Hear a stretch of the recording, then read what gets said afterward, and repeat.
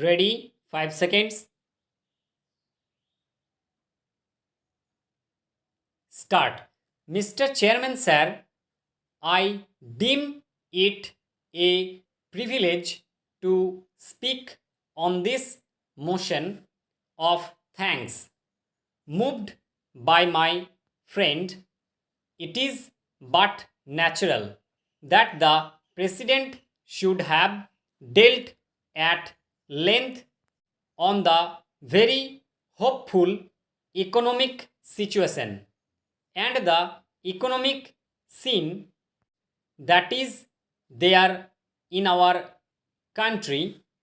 India is certainly, as the President has put it, emerging from the worst period of economic crisis and is on the road to economic recovery.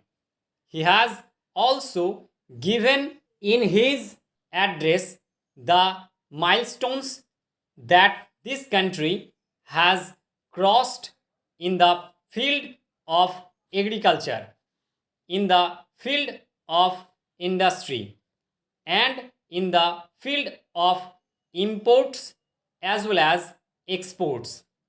The country is today exporting more and more and is importing less and less. This is the salient feature of the whole economy of our country. A basic question arises: how far this country is going to get the advantage which this economic recovery has given to us. It is necessary that we should apply ourselves to the basic policies in the field of economic recovery and agricultural development.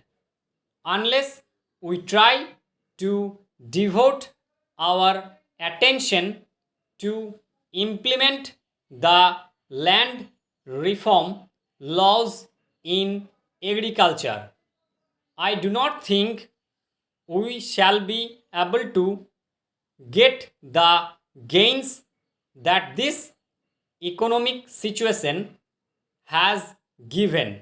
Next para, in the field of food problem, also a stage has come when it is desirable for this country to adopt a national food budget. For industrial development, it is desirable that we should lay more and more emphasis on public sector development rather than on the private sector.